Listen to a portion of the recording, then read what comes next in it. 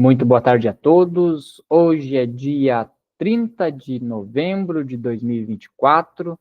Iniciamos aqui da cidade de Curitiba mais um estudo da revista Espírita.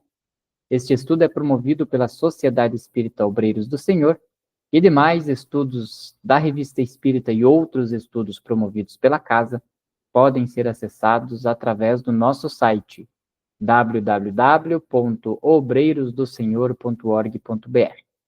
Em nosso site você encontra os links para as nossas playlists de estudos online lá no YouTube e também encontrará link para participar ao vivo conosco.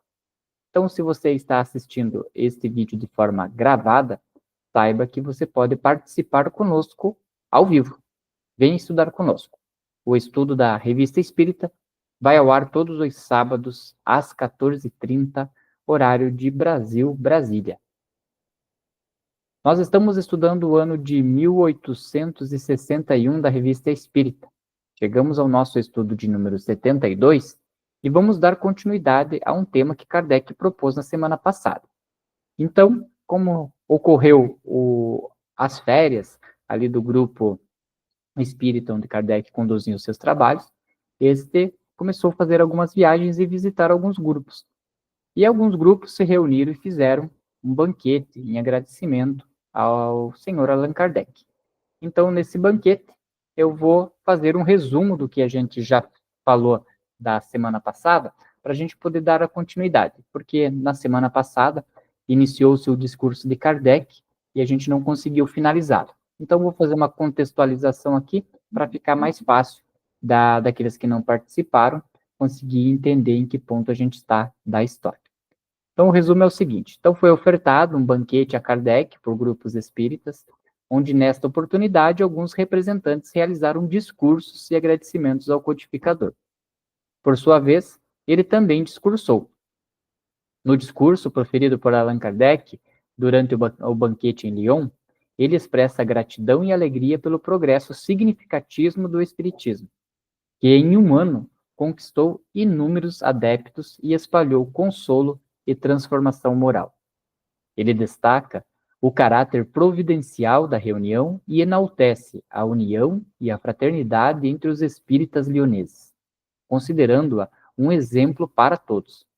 Kardec aborda os benefícios do espiritismo como a regeneração moral, o consolo nas adversidades e a promoção de uma fraternidade mais ampla, baseada nos laços espirituais e eternos. Ele reconhece a resistência enfrentada pela doutrina, mas afirma que nada pode deter sua expansão, pois ela está alinhada com as leis naturais e os desígnios divinos. Kardec enfatiza que o Espiritismo complementa o cristianismo, não sendo uma religião nova, mas uma aplicação prática de sua moral. Ele também elogia a propagação da doutrina entre as classes trabalhadoras que encontraram nela um refúgio para as suas dificuldades e uma fonte de coragem e esperança. Então, como eu tinha falado na semana passada, né, por mais que tenha sido um encontro festivo, Kardec, nos discursos dele, ele sempre trazia as questões morais e de ensinamentos do Espiritismo. E nesse discurso, né, eu até não trouxe aqui no resumo, mas é interessante que Kardec ele começa, né, fazendo um discurso de agradecimento, né, ele enfatiza muito bem também a questão de que no contato, no convite que foi feito a ele, né, os espíritas, os dirigentes espíritas, eles mencionaram que seria um banquete simples, né, não seria nada pomposo, e pediram desculpa por receber Kardec dessa forma humilde, ao qual Kardec respondeu que ele não estava ali pelo banquete nem pela pomposidade. Que, aliás, se fosse ofertado dessa forma, talvez, né, seria até uma outra resposta, porque o espírita verdadeiro, ele não se apega a isso. Mas ele foi pelo fato de ir ali encontrar essas pessoas que, assim como ele, estavam ajudando na propagação do espiritismo. Então, Kardec, ele sempre trazia, né, um fundo de estudo, um fundo da moral espírita em qualquer discurso que ele estava, seja num banquete, seja num velório, seja num encontro qualquer, ele sempre trazia esse discurso. E aí, em determinado ponto do discurso, ele fala, né, que a partir daquele momento, ele seria mais veemente no discurso, né? Porque se já que estavam ali espíritas reunidos, então ele poderia falar ali abertamente, né? Às vezes, como a gente sabe, dando até um puxãozinho de orelha, caso ele notasse que os ensinamentos ali dados pelos espíritos não estavam sendo bem seguidos pelos que se dizem espíritas. Então, agora aqui a gente passa a continuidade do discurso e eu passo a palavra para o Pereira. Então, boa tarde a todos. Como o Lelo fez aí o resumo, né? E, na verdade, ele diz isso mesmo, que agora, que a partir desse momento do discurso, ele ia entrar em questões mais profundas, né? Então, vamos ver agora a continuidade desse discurso. Por toda parte onde ouvi penetrar nas casas de trabalhos, nelas percebi que ele havia produzido seus efeitos benfazejos e moralizadores. Regozijai-vos, pois, operários leoneses, que me ouves, porque tendes em outras cidades, como Sens, Lille, Bordeaux, irmãos espíritas que, como vós, abjuraram as censuráveis esperanças da desordem e os criminosos desejos da vingança. Continuai, por exemplo, a provar os benéficos resultados dessa doutrina. Aos que perguntarem para que pode ela servir, respondei: em meu desespero, eu queria me matar. O Espiritismo me deteve, porque agora sei o que custa abreviar voluntariamente as provas que Deus ouve por bem mandar aos homens. Para... Eu acho que essa questão da reencarnação que o Espiritismo trouxe, né, a continuidade ali do Espírito e que todas as experiências que passamos ficam gravadas em nosso Espírito, ela é uma das melhores artifícios que a gente tem, né, nesse combate das pessoas que têm essa tendência ao suicídio, né? Porque quando você explica uma continuidade do teu espírito, né, como forma de explicar que abreviar a vida naquele momento ela não é uma solução, mas na verdade é uma complicação, e se a pessoa consegue entender isso verdadeiramente ali, ele serve mesmo como um consolo, né, para que a pessoa acabe desistindo dessa vontade. Né? Porque se você tira aí a continuidade da vida após a morte e depois a pluralidade da existência, que você pode reencarnar, fica difícil mesmo, porque para ele, quando ele está fazendo isso, ele está acabando com todo o sofrimento. E é um equívoco. Né? Então, a filosofia espírita vai interpretar que isso é realmente você encontra a lei divina, que não tem como. Você não vai encerrar nada, nenhum processo. Você vai continuar o sofrimento lá do mundo espiritual e vai ter que resgatar isso de uma maneira ou outra. Né? Esse período que você perdeu. Né? Eu até me lembro quando era criança, não lembro quem que falava assim, mas era do meu círculo de convívio, que costumava dizer assim: será que morrer é ruim? Não sei, nunca ninguém voltou para me contar. E aí, agora com o Espiritismo, a gente sabe o quanto de pessoas voltam para nos contar, né, o que é a morte, e como é triste, né, a comunicação de um espírito que tirou a vida, né, como é triste ali as dificuldades que ele passa. Então, contrapondo nessa esse ensinamento que eu acredito que até hoje ele ainda perdura em algumas pessoas que não têm conhecimento nenhum da reencarnação, de que nunca ninguém voltou para contar o que acontece depois da morte, né? A gente sabe pelas comunicações espíritas o que acontece e o que acontece com aqueles que se suicidam. Então, já reforçando, né, o que eu venho falando aí uns 2, 3 encontros, de que quando a gente tem a oportunidade de conversar com alguém e falar sobre o espiritismo, principalmente aquelas pessoas que às vezes estão numa condição que às vezes nós não notamos, né, que a depressão ali, às vezes, ela é uma doença muito silenciosa, e nós que não estamos tão próximos da pessoa não conseguimos notar. Se os familiares, às vezes, não conseguem notar que aquela pessoa está em depressão, imagina quem está longe, né? Lógico, uma pessoa que é um pouco mais sensitiva consegue captar essa energia e acabar entendendo que aquela pessoa está passando por uma fase ruim. Mas, às vezes, nós que não temos essa sensibilidade, que observamos uma pessoa assim, ela se aparenta para a sociedade de uma forma, como se tudo estivesse bem, e, na verdade, interiormente não está tudo bem. Então, essa é a importância de que quando nós temos a oportunidade, né, não sendo aquele espírita chato, como eu comentei da vez passada, e Kardec até comentou isso, eu achei muito legal, porque eu não tinha lido o texto, e Kardec veio trazendo essa questão também, que se ele não tivesse no encontro de espírita, ele não ia fazer esse discurso de espírita, né, tão veemente como ele está fazendo, mas como era um encontro de espírita, então ele ia falar palavras profundas.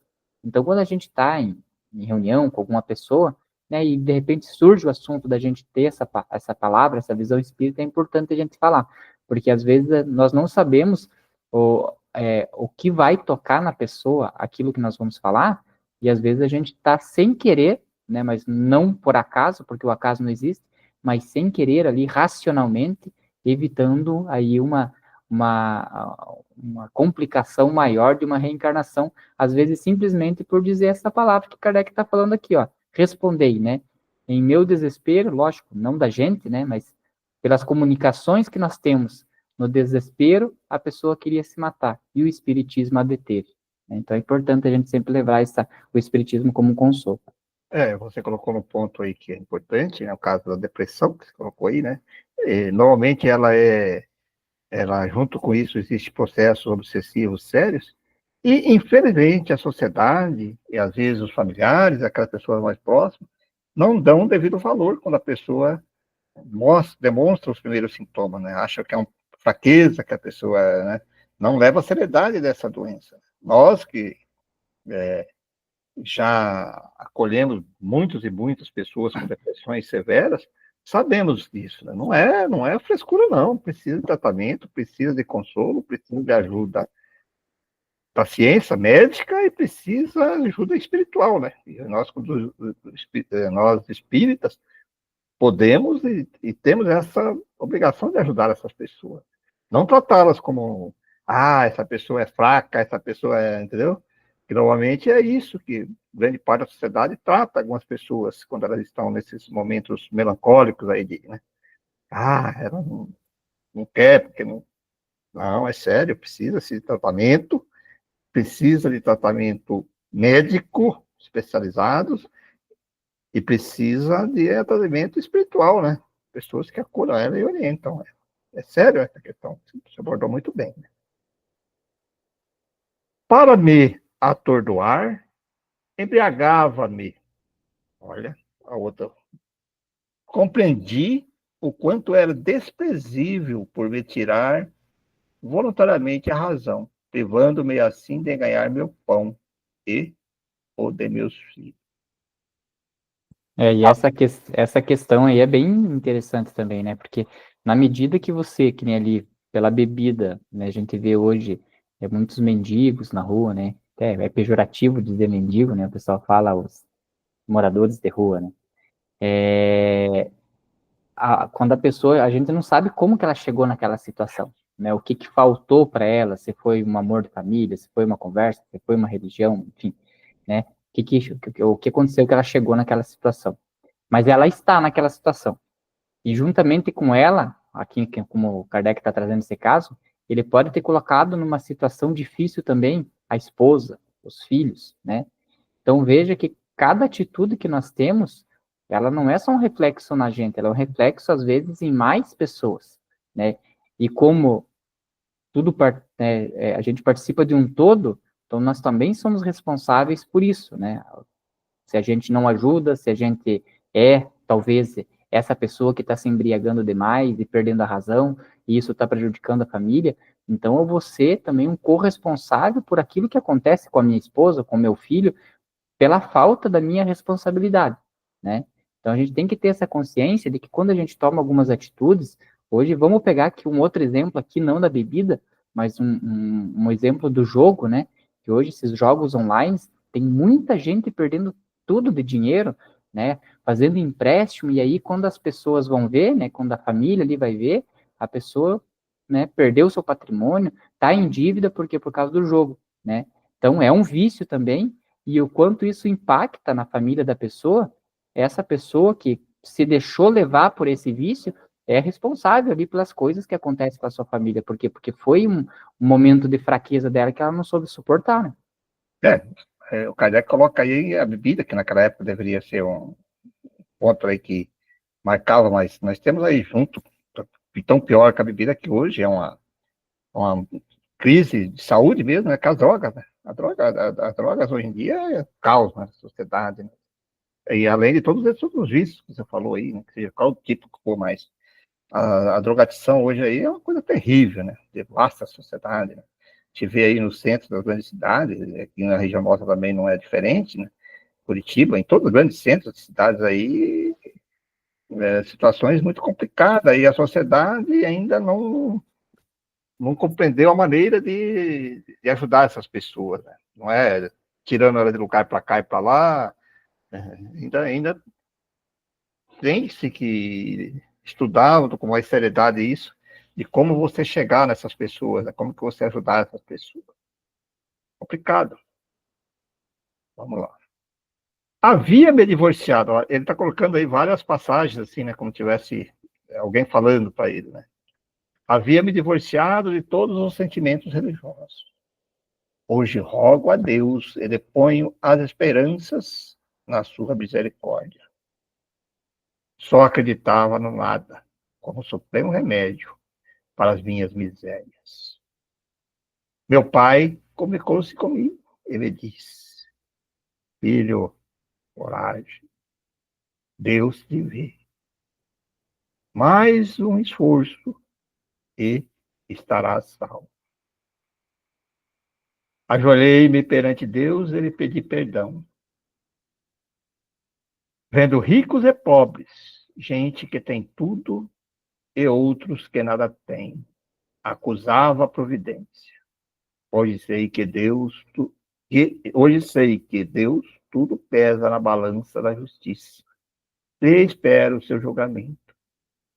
Se estiver em seus decretos que eu deva sucumbir no sofrimento, então sucumbirei. Mas com a consciência pura, sem levar o remorso de haver roubado um óbolo a quem me podia salvar a vida. Dizei-lhes: eis para que serve o Espiritismo. Essa loucura, essa quimera, como o chamais? Sim, meus amigos, continuar a pregar pelo exemplo. Fazei com que entendam o Espiritismo com suas consequências salutares, pois quando for compreendido, não mais se aterrorizarão. Muito mais. Será acolhido com garantia da ordem social e os próprios incrédulos serão forçados a falar dele com mais respeito. Falei dos progressos do Espiritismo. É que, com efeito, não há exemplos de uma doutrina, seja qual for, que tenha marchado com tanta rapidez, sem excetuar o próprio cristianismo. Isso significa que ele seja superior e que deva suplantar? Não, mas é aqui o lugar de fixar seu verdadeiro caráter, a fim de destruir uma prevenção por demais espalhada entre os que não o conhecem. Em sua origem, o cristianismo teve de lutar contra uma potência perigosa, o paganismo, então universalmente dizimado. Entre eles não havia nenhuma aliança possível, como não há entre a luz e as trevas. Numa palavra, não poderia propagar-se senão destruindo o que havia. Assim a luta foi longa e terrível. de que as perseguições são a prova. O Espiritismo, ao contrário, nada vem destruir, porque assenta suas bases no próprio cristianismo, sobre o Evangelho, do qual não é mais que a aplicação. Concebeis a vantagem não de sua superioridade, mas de sua posição. Não é, pois, como o pretendem alguns, quase sempre porque não o conhecem, uma religião nova, uma seita, que se forma à custa das mais antigas. É uma doutrina puramente moral, que absolutamente não se ocupa dos dogmas e deixa a cada um inteira liberdade das suas crenças, pois não impõe nenhum. Essa aqui é uma questão bem interessante do Espiritismo, né? Que por ele não ser tratado como uma religião, muitas pessoas, né, vão colher ali os ensinamentos espíritas, né, e continuam nas suas religiões.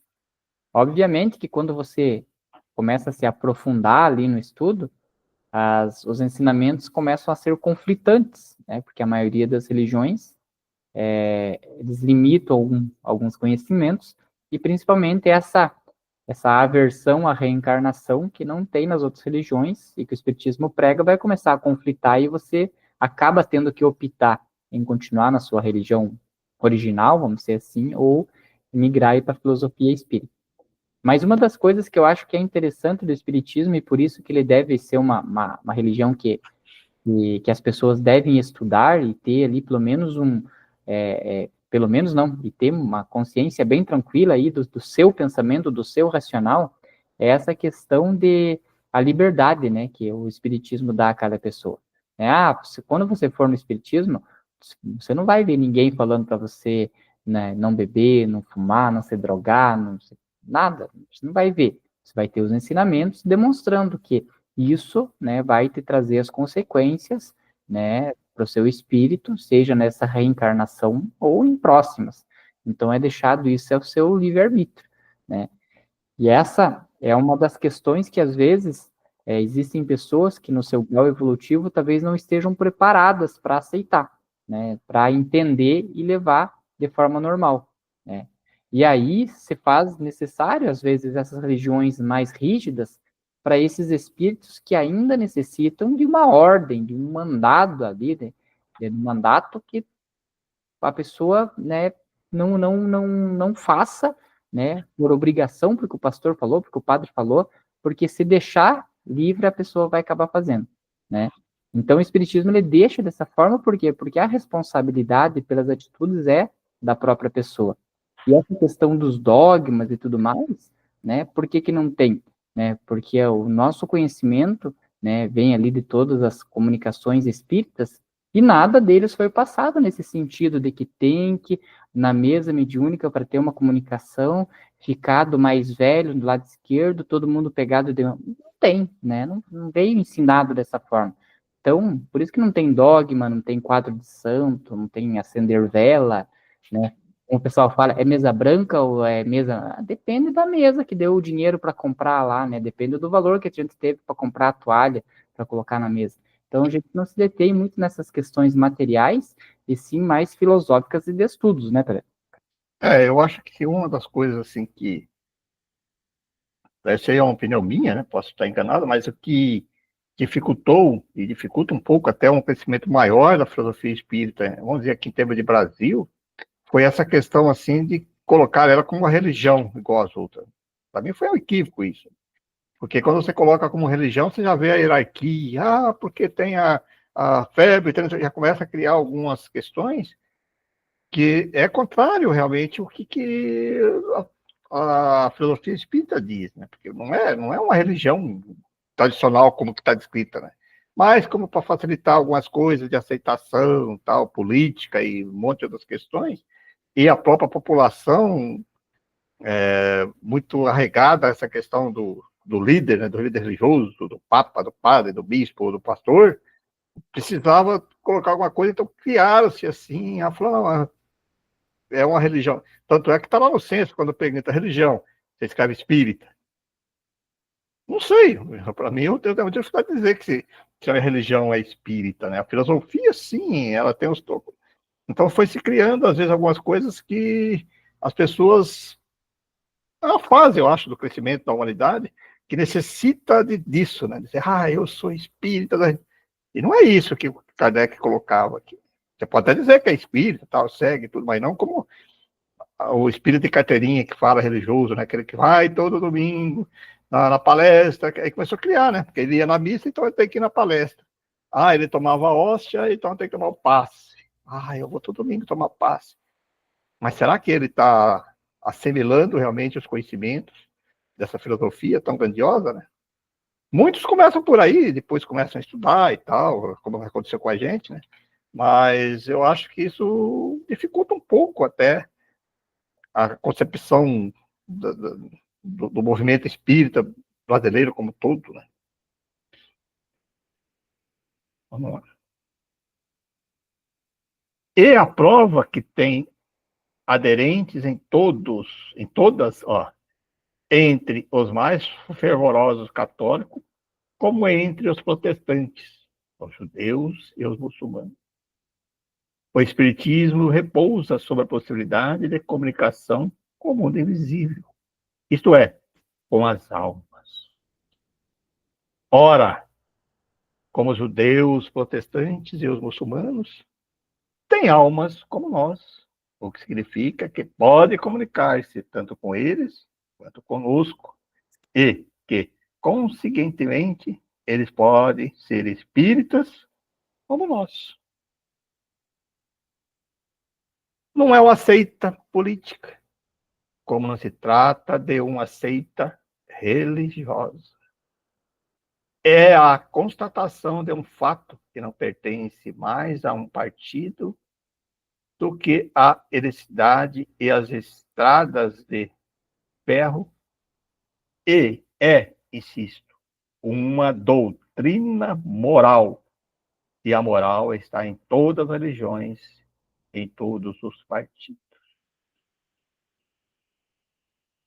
É boa ou má a moral que ensina?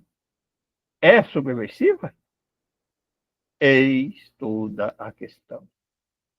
Que estudem e saberão em que ela se baseia.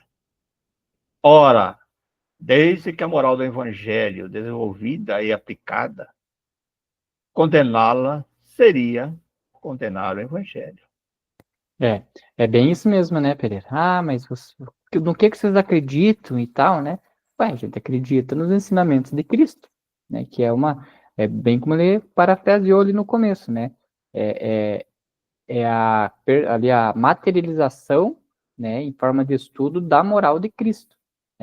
O pessoal às vezes se assusta, né? E talvez, né? Quem sou eu para criticar, né? Mas talvez não fosse o melhor nome, né? Evangelho segundo o Espiritismo, né? Que às vezes as pessoas que vê de fora acham que foi um evangelho escrito pelo... Não, é o mesmo evangelho. Se você pegar o Evangelho segundo o Espiritismo, você vai ter o texto bíblico, aí você vai ter a interpretação dada pelos espíritas. É isso que ele quer dizer, que é o evangelho, deveria estar assim, né? O evangelho segundo interpretações dos espíritas. Aí a pessoa olha e acha que é um evangelho diferente. Nossa, não foi uma nem duas pessoas que já me falaram sobre isso. Mas o que é o fundo do espiritismo? É a moral do evangelho. Então, se você quer condenar o espiritismo, automaticamente você está condenando o próprio evangelho. Então, essa é até uma resposta que a gente pode dar para aqueles mais fervorosos, assim como faziam ataques a Kardec, e talvez venham fazer um ataque a gente, quando a gente for falar, é ter essa resposta. Porque às vezes eu respondo isso mesmo, mas eu sou cristão. Sou cristão. Mas você não é espírita? Como é que você pode ser cristão? Por quê? Tem que estar o texto ali, que toda a filosofia espírita está baseada nos ensinamentos de Jesus, né, do Cristo, do Evangelho. Então, nós somos cristãos, e muitas pessoas também não acreditam muito nisso, né? Eles interpretam errado essas questões aí, acham que nós não somos cristãos. Ele continua aqui agora com perguntas. O Espiritismo tem feito bem ou mal? Estudai-o ainda a vereis. O que tem feito? Tem impedido inumeráveis suicídios. Restaurou a paz e a concórdia num grande número de famílias. Tornou mansos e pacientes homens violentos e coléricos. Deu resignação aos que não a tinham consolações. Não, vou repetir. Tornou mansos e pacientes homens violentos. Deu resignação aos que não a tinham e consolações aos aflitos. Reconduziu a Deus os que não o conheciam, destruindo-lhe as ideias materialistas, verdadeira chaga social que aniquila a responsabilidade moral do homem. Eis que tem feito e faz todos os dias, o que fará cada vez mais, à medida que se espalhar. Será isto o resultado de uma doutrina má?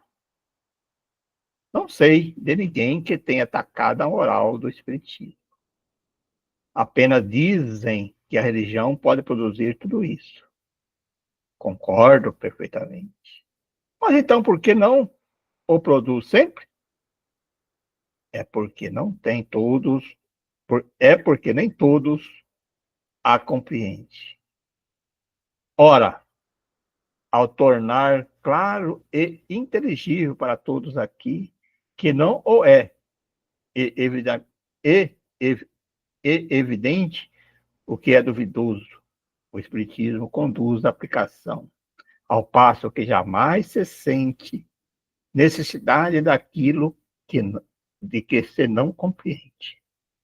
Isso é uma questão bem interessante, né? Então, qual que é uma das missões do Espiritismo? Isso eu acho bem legal, né? Que é tornar claro e inteligível para todos aquilo que não é evidente, o que é duvidoso, né? E essa questão, né, como que é a pergunta que todos fazem, né? De onde vim, para onde vou, né? Isso é uma questão que a gente consegue responder tranquilamente pelo Espiritismo. Você veio desde a criação, né, como um ser inanimado lá no mineral, que foi evoluindo, ganhou uma individualidade, veio evoluindo cada vez mais. Hoje você está aqui com um ser humano já numa boa evolução, né, no planeta de segunda categoria, tendo esse conhecimento espírita, e daqui para onde você vai é regra que você vai chegar no mundo evoluído e vai se tornar um dito anjo, que é o que as pessoas mais têm conhecimento. Mas o quanto vai demorar isso até chegar lá vai depender do que você faz. Tá aí, né? Da onde eu vim para onde eu vou. Simplesmente assim, né? Então, o Espiritismo, ele traz essas respostas, assim, de forma muito clara para gente, né? Basta estudar, né? E aí, o que ele conclui, assim, que eu achei interessante, ó. Ele fala assim, ao passo que jamais se sente necessidade daquilo que não se compreende, né? Então, às vezes, uma coisa que você não compreende, você não tem necessidade, você não sente a falta e tal, né? Então, o Espiritismo abre essa visão, essa vista aí para um mundo mais aprofundado de entendimento aí das leis universais. Não é só aquilo que normalmente a gente aprendeu lá quando a gente era criança, ele é muito mais amplo. E o Espiritismo ele vem trazendo essas informações. Tanto é que existem grupos de estudo, né, em outras áreas com um cunho espiritual, né? Vamos pegar, por exemplo, o próprio magnetismo espírita, né, que é um curso que o Pereira conduz, né? O magnetismo é espírita? Não, o magnetismo não é espírita, mas dá para a gente fazer todo um estudo dele à luz do espiritismo, né? Então, o espiritismo, por isso que ele não pode ser uma religião, ele tem que ser uma filosofia, porque aquelas coisas que são para o bem, que são para o conhecimento, você pode tratá-las, aprofundá-las à luz do espiritismo, né? Mas o magnetismo, tem uma pergunta que o Kardec coloca no livro dos Espíritos, o Espírito responde que o magnetismo e o espiritismo são ciências irmãs, né? E que se tornam uma só. Quer dizer, então, o magnetismo faz parte do espiritismo, não tem como você separar isso. As pessoas às vezes tentam separar, dizer, não. É o que tem algumas pessoas que entram para o lado espiritualista, né? Até o termo espírita, ele confundiu muito isso, colocou tudo como espírita, né? vulgarizou que todas as pessoas que acreditem em reencarnação, tá tudo espírita. Mas não, Kardec colocou quem segue a filosofia espírita em conformidade com as obras básicas é espírita. O restante são espiritualistas. Então, houve um pouco a mistura. Então, mas o magnetismo, ele, sim, faz parte do espiritismo e está com consciência coibana ou a mesma coisa. Não tem, você não pode diferenciar uma coisa da outra. Faz tudo parte desse processo. Me perdi aqui agora. O espiritismo, portanto, longe de ser antagonista da religião, é seu auxiliar. E a prova que conduz às ideias religiosas, os que o haviam repelido. Em resumo, jamais o espiritismo aconselhou a mudança de religião, nem o sacrifício de suas crenças. Não pertence particularmente a nenhuma religião, ou melhor dizendo, está em todas elas. Por favor, senhores, algumas palavras ainda sobre uma questão muito prática.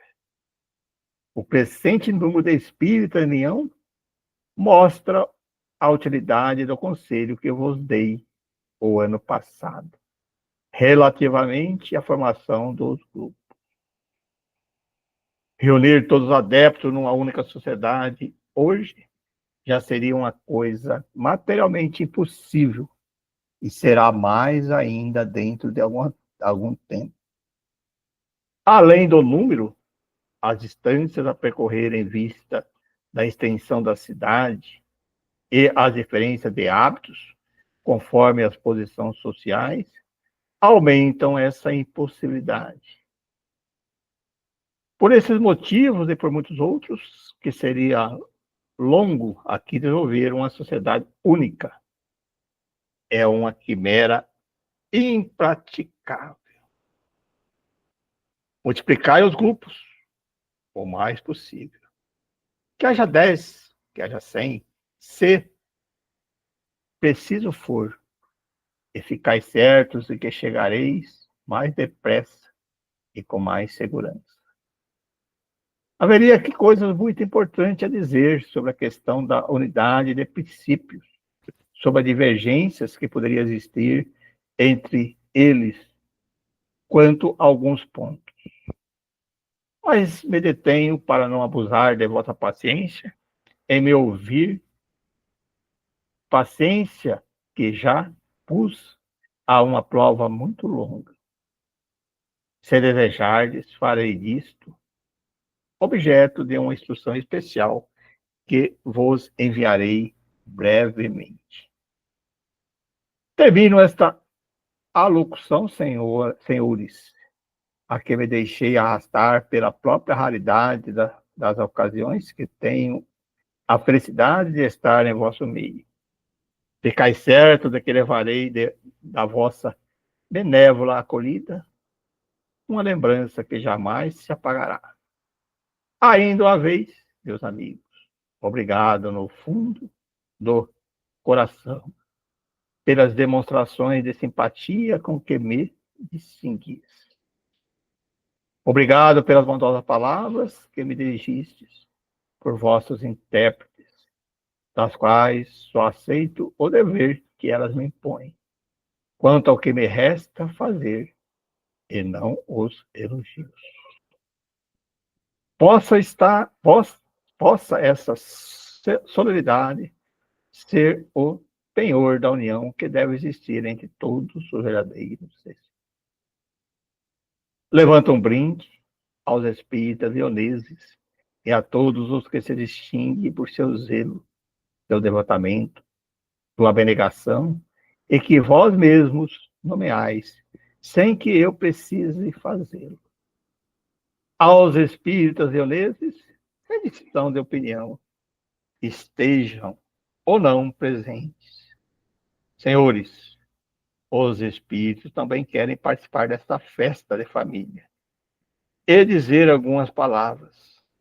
Erastos, que conheceis pelas notáveis dissertações publicadas na revista ditou espontaneamente, antes da minha partida, e em vossa intenção, a epístola seguinte, que me encarregou de ler em seu nome. É com prazer que me desobrigo desse encargo. Tereis assim a prova de que os espíritos comunicantes não são os únicos a se ocuparem convosco e daquilo que vos diz respeito. Essa certeza não pode senão reforçar vossa fé e vossa confiança. Vendo que o olhar vigilante do espírito superior se estende sobre todos os que seguramente também sois objetos de uma solicitude. Profundo, né? É isso aí. É, como eu falei, né? A Kardec, em seus discursos, nunca eram vagos, né? A depender do público ali que estava assistindo, né, Kardec, ele aprofundava ou falava um pouco mais superficial, mas sempre trazia conhecimento, né? Era um professor nato, né? De quantas em quantas reencarnações, certo? Né? Mas ele tinha ciência que o que ele estava falando ali, que estava colocando ali, não ia ser uma coisa restrita àquele público que estava ali, né? É uma coisa que ficou para a posteridade, né? Para nós, tudo chegando até aqui agora. Né? Então foi uma coisa assim que foi colocada com os espíritos para todos os espíritos, todas as épocas, né? Por isso que chega até nós hoje. Né? Realmente. Aí ele falou ali que vem a comunicação do Erasto, e eu tenho a comunicação aqui. Ele é um pouco longa, então vamos fazer que nem a gente fez a semana passada. A gente começa a ler, lemos ali até por volta ali das 3h25, e aí a gente para e dá continuidade no próximo estudo, tá bom, Pere? Tá bom. Epístola de Erastos aos Espíritas Reunidos. Lida no banquete 19 de setembro de 1861. Então vamos lá, agora é o espírito Erastos, tá? Que ditou essa epístola, né? Como ele mesmo colocou. Não é sem mais grata emoção que venho entreter-me convosco, caros espíritas do grupo leonês. Sinto-me tomado de simpatia e de ternura no meio como o vosso, onde todas as condições sociais se dão às mãos, e feliz por vos poder anunciar que nós, todos os iniciadores do Espiritismo na França, assistiremos com a mais viva alegria aos vossos agapes fraternais, aos quais fomos convidados por João e Irineu, vossos eminentes guias espirituais. Que Interessante isso, né? pensa, né, Pereira? Que maravilhoso isso, né? Os espíritos convidaram, né? Os espíritos que iam lá falaram, É por isso que nas orações, né, que a gente faz, aí agradecendo, a gente sempre tem que lembrar dos espíritos, dos amigos encarnados e desencarnados que estão aqui em volta, né? Porque a gente sabe que é toda uma preparação, né, para qualquer trabalho que a gente vai fazer, vai ter aqueles espíritos simpáticos que estão ali conosco. E eu até fiz uma reuniões lá no escritório essa semana, e aí a gente tem uma mesa longa, assim, né? Tipo as mesas de grupo mediúnico, a gente senta, né? E aí tem dois lá, tem um que é meio espírita, vamos dizer assim, que ele gosta de escutar e gosta de ler algumas coisas, mas não segue, né? Aí tem outro que simpatiza e tem dois que não são, né? Aí eles sentaram na mesa, né? Daí eu cheguei, sentei na cabeceira ali como se fosse um dirigente. Aí um deles olhou para mim assim, opa, só começar a reunião mediúnica. Aí eu fui, daí eu vi que uma menina se interessou, né? Uma das meninas nova lá que a gente contratou há pouco tempo, ela se interessou, né? Ah, como assim? Né? Aí eu expliquei, né? Falei, não, é que ele sabe que eu sou espírita e tal, né? Expliquei. E aí não me aprofundei tanto, mas me detive a explicar o quão é preparado, né? Pela espiritualidade, né? Todo um trabalho. E por isso que quando você se destina aí, você tem que ir e fazer bem feito. E aí eu me lembrei, né? Que quando a gente tá ali, falta alguém do nosso grupo, né? Faltava alguém do nosso grupo, a gente tira a cadeira, né? Para demonstrar, não, aqui não tem, senão a energia, né, não vai circular e tudo mais.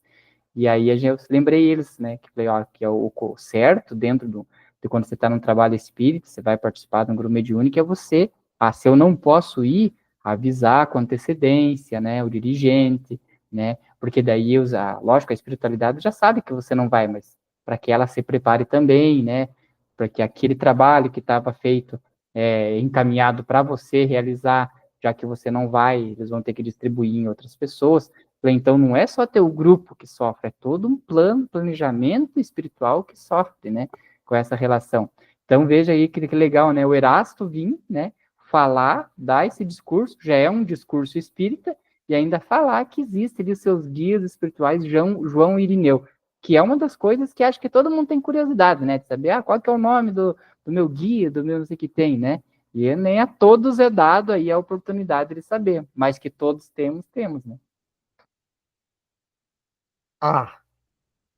Esses ágapes despertam em meu coração a lembrança daqueles em que todos nos reunimos 1.800 anos atrás, quando combatíamos os costumes dissolutos do paganismo romano e já comentávamos os ensinos e as parábolas do Filho do Homem, morto pela propagação de uma ideia santa sobre o lenho da infâmia, né? Seu Altíssimo, meus amigos, por efeito de sua infinita misericórdia, permitisse que a lembrança do passado pudesse resplandecer um instante em vossas memórias entorpecidas, recordar-vos-íeis dessa época ilustrada pelos santos mártires da Piedade leonesa. Sanctus, Alexandre, Atale, episódio, a doce, corajosa Blandina, Irineu, o intrépido bispo, dos quais muitos de entre vós, então formáveis cortejos, aludindo-lhes o heroísmo e entoando louvores ao Senhor. Também vos lembraríeis de que vários dos que me escutam regaram com seu sangue a terra leonesa, essa terra fecunda que Elcher e Gregório de Tours chamaram a pátria dos mártires. Não os mencionarei, mas poderei considerar que em vossos grupos desempenhem uma missão, um apostolado, como já tendo sido mártires da propagação da ideia igualitária ensinada do alto de Gólgota por nosso Cristo bem amado. Hoje, caros discípulos, aquele que foi sagrado por São Paulo, vem dizer-vos que vossa missão é sempre a mesma. Porquanto o paganismo romano, sempre de pé, sempre vivaz, ainda enlaça o mundo, como a era enleia o carvalho. Deveis, pois, espalhar entre os vossos irmãos infelizes, escravos de suas paixões ou das e consoladora doutrina que meus amigos e eu viemos vos revelar por nossos médios de todos os países. Apesar disso, constatamos que os tempos progridem, os costumes já são os mesmos. Já não E são os já, mesmos. já não são os mesmos. Já não são os mesmos. E a humanidade cresceu. Porque hoje, se fosseis alvo de perseguição, esta não mais emanaria de um poder tirânico e invejoso, como no tempo da Igreja primitiva, mas de interesses religados contra a ideia e contra vós, apóstolos da ideia. Acabo de pronunciar a palavra igualitária. Julgo útil deter-me um pouco nela, porque absolutamente não vimos pregar em vosso meio utopias impraticáveis. E também porque, ao contrário, repelimos com energia tudo quanto pareça ligar às prescrições de um comunismo antissocial. Antes de tudo, somos essencialmente propagandistas da liberdade individual, indispensável ao desenvolvimento dos encarnados. Pois, conseguinte, inimigos declarados de tudo quanto se aproxime dessas legislações conventuais que aniquilam brutalmente os indivíduos. Nossa, aí a gente tem que comentar, hein? Porque, veja, passou 160, 170 anos, né? E 160 e poucos anos, né? E está muito atual, hein, essa mensagem aí, né? Porque, embora ele diga que agora já não é mais assim, mas a gente está vivendo uma situação em que em muitos locais da humanidade existe perseguição religiosa também, né? A gente sabe disso, está acontecendo até no Ocidente aqui. E veja como ele foi claro, né? Aqui, em relação a ali, repelimos com energia tudo quanto pareça ligar-se às prescrições de um comunismo antissocial. Porque o comunismo se diz a favor do social e tal, mas ele está dizendo aqui que ele considera o comunismo como antissocial. Por quê? Porque diz ali que é contra a liberdade individual, né? Então, o que ele propaga como cristão, né, e agora como espírita, é a liberdade individual indispensável ao desenvolvimento dos encarnados. Quer dizer que quando existe uma imposição num comunismo em que nivela todas as pessoas, né, e faz todo mundo trabalhar para o bem comum, que parece uma coisa muito linda, na verdade está tirando a liberdade individual de cada um. E ele diz claramente aí, né, eu acho que é o trecho assim que eu acho mais explícito, assim, porque ainda, infelizmente, existem pessoas que se dizem espíritas e que acham que o socialismo nossa, socialismo é tudo a ver com o cristianismo. Né, eu não sei se eu estou interpretando errado, quero saber a opinião de vocês aí, né, mas eu acho que ele está bem, bem claro isso aí, né. Eu também entendo assim, eu não quis nem comentar, que eu até estava esperando, eu falei, acho que a Sônia vai comentar sobre isso, né? Mas eu acho perfeito, tanto é que ele fala assim, essas legislações conventuais que aniquilam brutalmente os indivíduos, e aniquilam mesmo, né? Aniquilam. A individualidade, você acaba perdendo a individualidade, você não pode fazer isso, pode fazer aquilo, não sei o que, você tem que seguir o que ele quer, você tem que Sim, seguir... alguém, quem comanda, a cúpula que comanda, acha que o bem de todos é de tal jeito, mas eles dizem que o bem de todos é aquilo. No entanto, o que é o bem? Para uma coisa pode ser boa, para o outro pode não ser, né? O fato de você dizer que a pessoa tem que trabalhar em tal profissão, por exemplo, assim, exagerando a coisa, aquilo pode ser a morte para a pessoa, né? Ela quer a liberdade de fazer as coisas da sua maneira, e isso não existe, né, nesses sistemas, assim, comunistas e socialistas, né, quando eles, depois que estão implantados, a coisa flui assim, só aqueles que comandam é que têm liberdade, os outros não têm liberdade alguma, né. É que a sociedade foi criando com o tempo aquela questão da dualidade, assim, de esquerda e direita, comunismo, socialismo, capitalismo, mas não é esse o tema que importa, né? O que mais importa é a questão moral, né? A questão Né, por quê? Porque os socialistas colocam o capitalismo como o grande mal.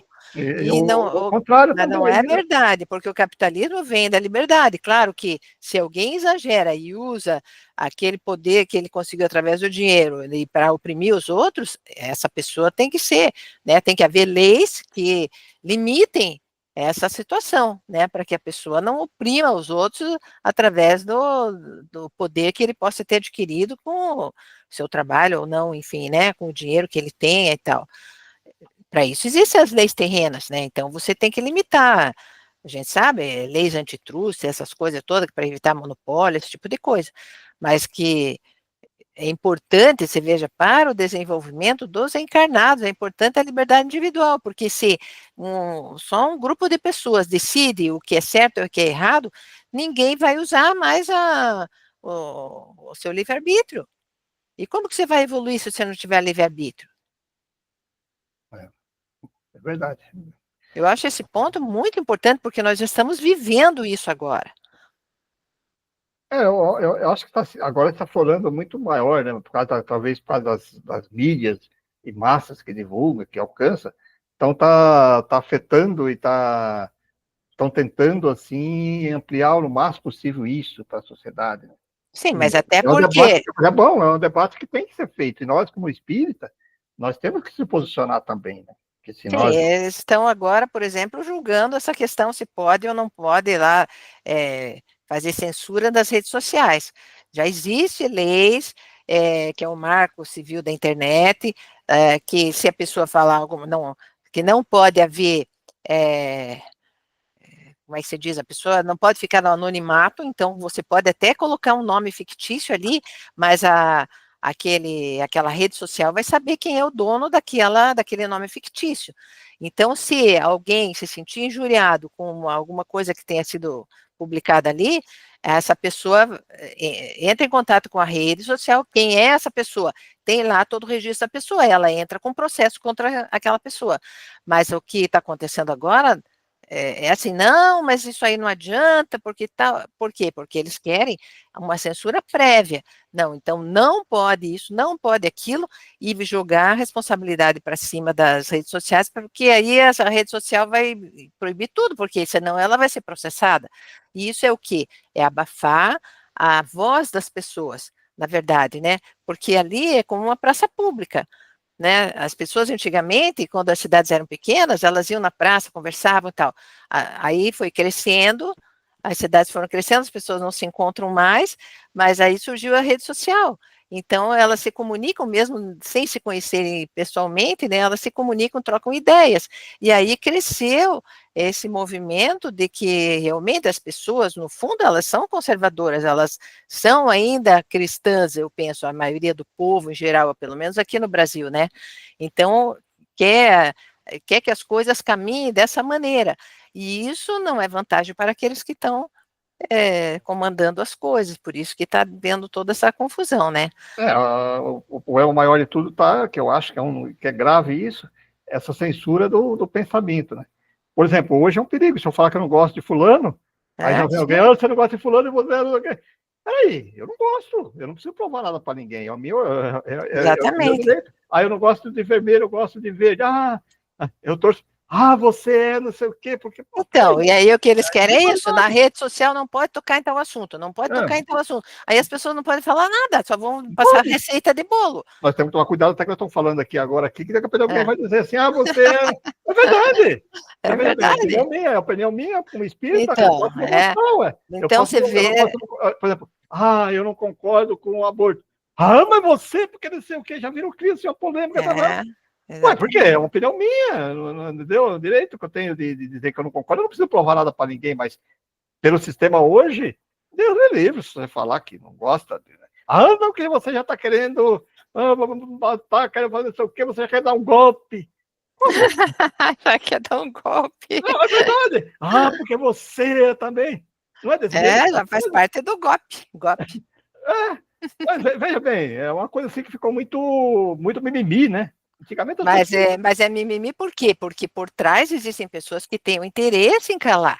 Porque se imagine se todas as pessoas se conversarem e verem, nós pensamos igual. Puxa, então vamos mudar o sistema, porque está tudo errado da forma que estão fazendo lá. Vamos nos unir e vamos fazer de uma forma que é o gosto da maioria. É isso que eles não querem, porque aí o povo passa a ter um poder. Então, essa tal democracia, que na verdade significa poder pelo povo, na verdade foi deturpada totalmente. Agora, eles dizem que democracia são as instituições, não é mais a vontade do povo. Muito bem. Tudo que nós vamos aprofundar aqui, né, gente? E não, aí não é nosso objetivo, não. Mas eu acho, não é o objetivo, mas veja, a essência é essa, é que a gente, como espírita, pelo menos saiba onde é que está a verdade. Eu não estou dizendo que a gente vai sair por aí levantando bandeiras, etc., né? Mas eu penso que a gente tem que conversar entre nós e saber o que é o espiritismo, o que o espiritismo pensa, como é que é, na verdade, o que os espíritos esperam de nós.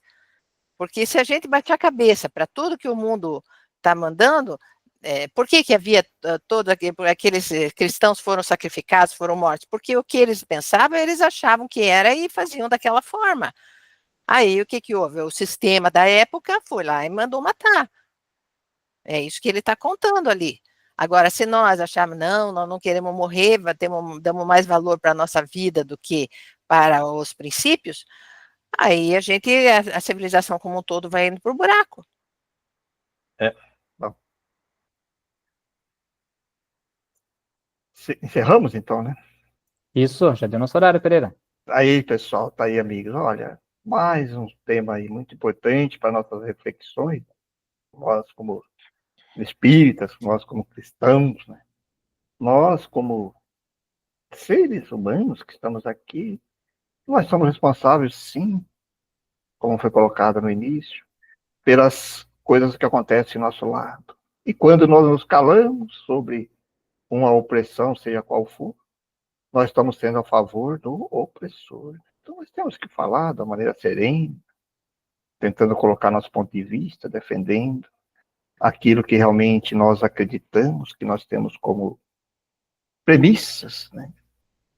Não querendo ser melhor que ninguém, não, mas pelo menos tendo um direito universal de nos expressarmos naquilo que nós realmente entendemos como verdades, como princípios.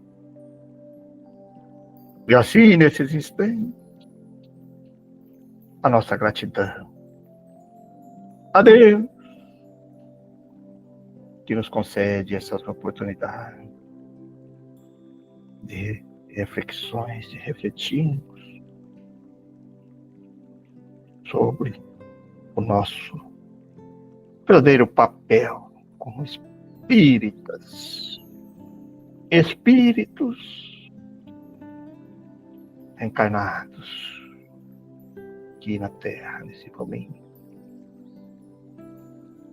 Obrigado, Deus, podendo estar aqui presenciando tudo isso que precisamos mudar, que possamos começar em nós mesmos, nossa reforma íntima, a nossa maneira de interpretarmos o nosso papel na humanidade, na nossa comunidade, na nossa sociedade. Mas que as nossas atitudes possam refletir nos colegas próximos e ajudar que outros também compreendam e sigam o caminho evolutivo por nós traçar. Obrigado, Jesus, mestre querido, pelo Evangelho que nos dá o caminho a ser seguido. Obrigado a todos os amigos espirituais, aqueles que nos acompanham, nos intuindo, nos incentivando, nosso progresso. E também aqueles que conosco se reúnem nesses dias de estudo, como quando aqui no mundo terreno não tiveram oportunidade de conhecer essa filosofia. Aproveito esses momentos para também assim adquirir os ensinamentos dessa filosofia tão rica. Obrigado a todos que estão conosco nesta tarde e que possamos prosseguir a nossa jornada, aprendendo, nos melhorando e colaborando para a melhoria daqueles que estão ao nosso lado. Obrigado, uma boa tarde, que assim seja.